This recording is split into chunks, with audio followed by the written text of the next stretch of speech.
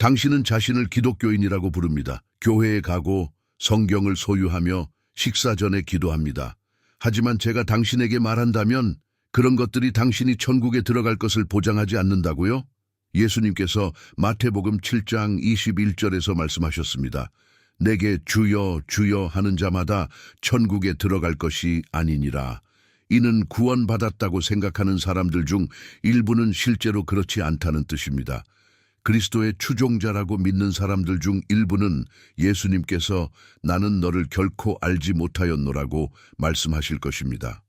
오늘 저는 잘못된 길을 가고 있는 7가지 유형의 기독교인에 대해 말씀드리겠습니다.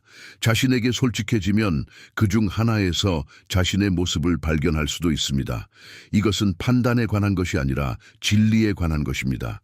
진리는 아플 수 있지만 그것이 당신의 영혼을 구원할 수 있습니다. 유형 1. 주일 아침 기독교인. 가장 일반적인 유형부터 시작하겠습니다. 당신은 주일에 교회에 나타나 찬송을 부르고 기도할 때 고개를 숙이며 설교 중에는 메모를 할 수도 있습니다. 그리고 나서 교회 문을 나서면 예수님은 뒤에 남겨둡니다. 월요일부터 토요일까지 당신의 삶은 비기독교 이웃과 다를 바가 없습니다. 직장에서 남의 험담을 하고 교통에서 화를 내며 같은 오락을 소비하고 같은 물질적 꿈을 쫓고 다른 사람들과 마찬가지로 타협합니다. 가혹한 진리는 이렇습니다. 기독교는 주간 약속이 아니라 완전한 정체성의 변화입니다. 야고보서 1장 22절은 너희는 말씀을 듣는 자가 되지 말고 행하는 자가 되라. 그래야 너희 자신을 속이지 않으리라 고 말합니다.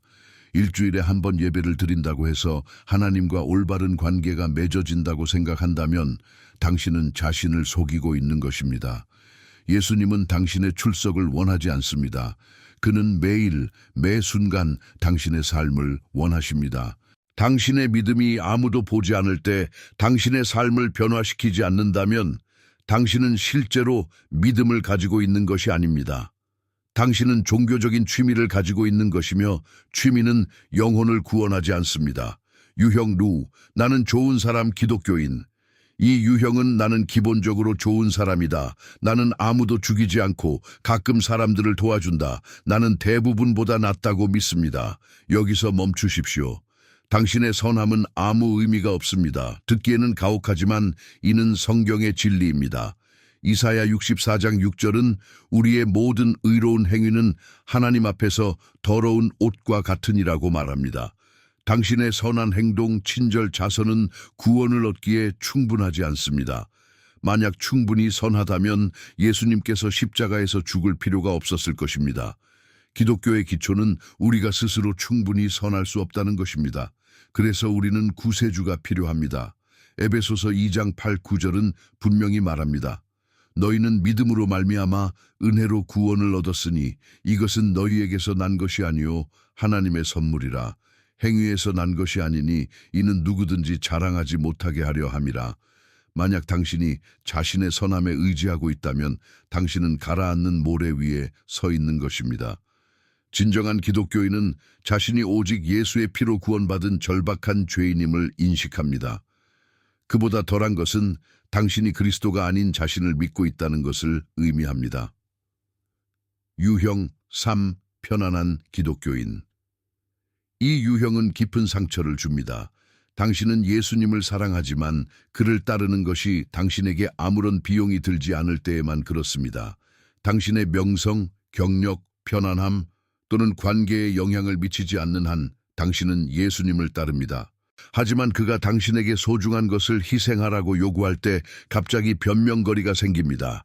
직장에서 내 신앙을 나누면 해고당할 수 있어. 또는 그 유독한 관계를 끊을 수 없어. 외로워질 거야. 예수님은 누가복음 9장 23절에서 말씀하셨습니다. 누구든지 나를 따라오려거든 자기를 부인하고 날마다 자기 십자가를 지고 나를 따르라. 편리할 때가 아니라 기분이 좋을 때가 아니라 매일입니다. 자기 십자가를 지는 것은 자신을 죽이는 것을 의미합니다. 당신이 원하는 것을 거부하고 하나님이 원하는 것에 예라고 말하는 것입니다. 그것은 불편하고 비용이 들며 어렵습니다. 예수님은 당신에게 편안한 삶을 약속하지 않으셨습니다. 그는 당신에게 풍성한 삶을 약속하셨지만 그것은 세상의 편안함이 아닌 그 안에서 풍성한 것입니다.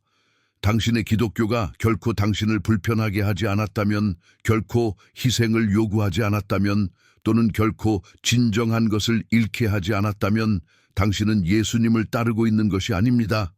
당신은 당신이 스스로를 더 좋게 느끼기 위해 만든 희석된 버전을 따르고 있는 것이며 그 버전은 당신을 구원할 수 없습니다. 유형 4. 용서하지 않는 기독교인. 당신은 예수님을 따르겠다고 주장하지만 원한을 품고 쓴 비터넷을 간직하고 점수를 매기고 있습니다. 당신은 당신을 상처 입힌 그 사람을 용서하려 하지 않습니다. 당신이 들어야 할 것은 이것입니다. 다른 사람을 용서하지 않으면 하나님도 당신을 용서하지 않을 것입니다. 이것은 제 의견이 아닙니다. 마태복음 6장 14, 15절에 나오는 예수님의 말씀입니다. 너희가 사람의 죄를 용서하면 너희 하늘 아버지도 너희를 용서하시려니와 너희가 사람의 죄를 용서하지 않으면 너희 아버지께서도 너희 죄를 용서하지 아니하시리라. 다시 천천히 읽어보십시오. 다른 사람을 용서하지 않으면 아버지께서도 당신의 죄를 용서하지 않으십니다. 당신은 매주 일요일 교회에 가고 매일 아침 성경을 읽고 몇 시간을 기도할 수 있지만 만약 당신의 마음에 용서하지 못하는 감정을 품고 있다면 하나님의 용서가 당신에게 닿지 못하게 막고 있는 것입니다. 그것이 어렵다는 것을 압니다. 그들이 당신을 깊이 상처 입혔다는 것을 압니다. 하지만 쓴 비터넷을 간직하는 것은 독을 마시고 상대방이 죽기를 바라는 것과 같습니다. 그것은 당신을 파괴하고 있으며 더 중요한 것은 하나님과의 관계를 파괴하고 있습니다. 용서는 그들이 한 일이 괜찮다는 의미가 아닙니다. 그것은 그들을 하나님의 정의에 맡기고 당신 자신이 원망의 감옥에서 벗어나는 것입니다. 당신은 하나님께서 당신을 위해 용서해 주신 것이 많습니다. 어떻게 다른 사람에게 같은 은혜를 베풀 수 없겠습니까? 용서하지 않는 것은 당신의 영혼의 암과 같으며 그것을 해결하지 않으면 영원히 대가를 치르게 될 것입니다. 유형 5. 비밀스러운 죄를 가진 기독교인. 당신은 겉으로는 좋아 보입니다. 올바른 말을 하고 소셜미디어에 성경 구절을 게시합니다. 사람들은 당신이 믿음이 강하다고 생각하지만 닫힌 문 뒤에는 당신이 계속해서 돌아가는 죄가 있습니다. 아마도 그것은 포르노, 하나님을 불명예스럽게 하는 관계, 약물 남용, 탐욕, 자존심 또는 정욕일 것입니다. 당신은 스스로에게 말합니다. 하나님은 이해하실 거야. 나는 인간이니까 나중에 처리할게. 하지만 나중은 결코 오지 않죠. 매번 그 죄를 인둘깅할 때마다 당신은 예수님보다 그것을 선택하고 있는 것입니다. 요한일서 3장 6절은 그 안에 거하는 자는 계속 죄를 짓지 아니하나니 라고 말합니다. 이것은 완벽함에 관한 것이 아닙니다. 기독교인도 여전히 고군분투하고 넘어집니다. 하지만 죄와 싸우는 것과 그것을 포용하는 것 사이에는 큰 차이가 있습니다. 만약 당신이 의도적으로 반복해서 죄를 선택하고 회개하지 않으며 변화하려고 하지 않고 진정한 후회가 없다면 당신은 정말로 그리스도에 속하는지 의문을 가져야 합니다. 히브리서 10장 26, 27절은 경고합니다.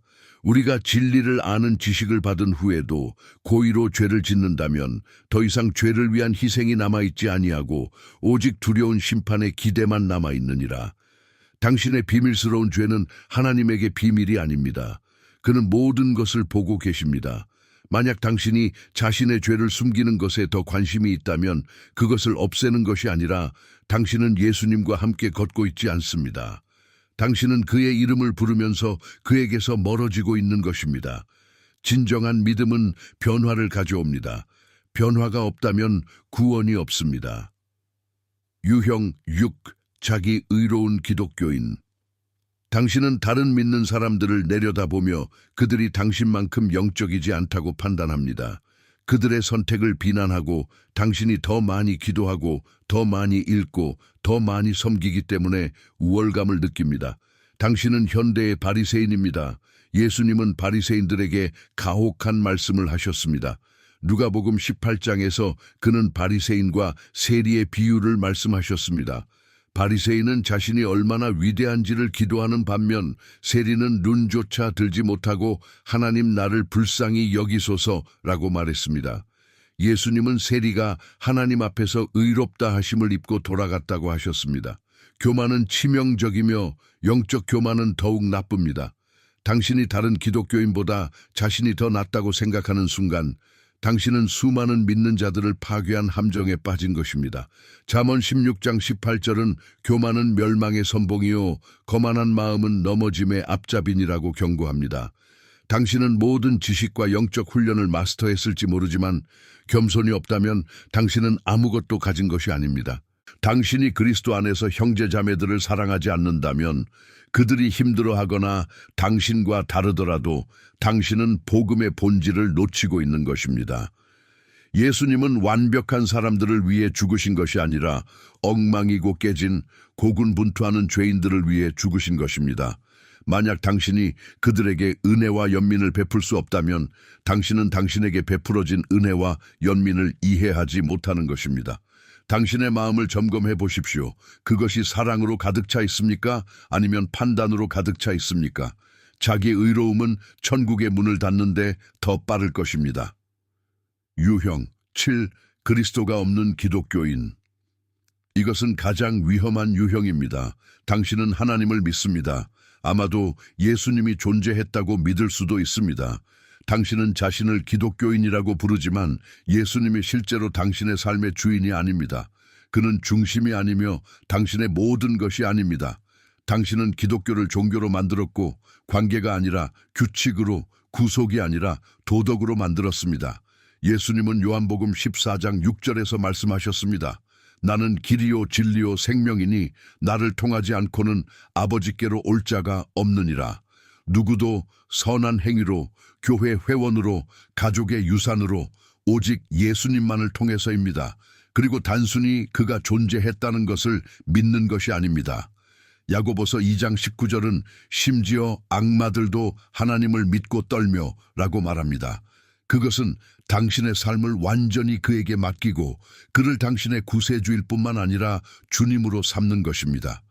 로마서 10장 9절은 네가 만일 내 입으로 예수를 주라고 시인하며 하나님께서 그를 죽은 자 가운데서 살리신 것을 네 마음에 믿으면 구원을 얻으리라고 말합니다.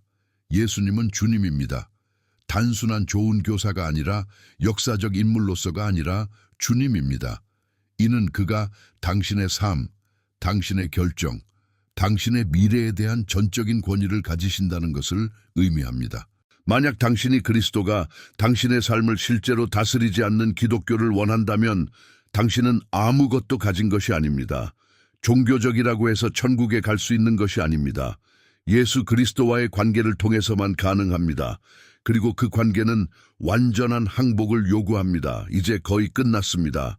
하지만 제가 하나님과의 관계를 올바르게 만드는 방법을 보여주기 전에 만약 이 영상이 당신에게 당신이 실패한 부분을 깨닫게 했다면 두 가지를 해주십시오.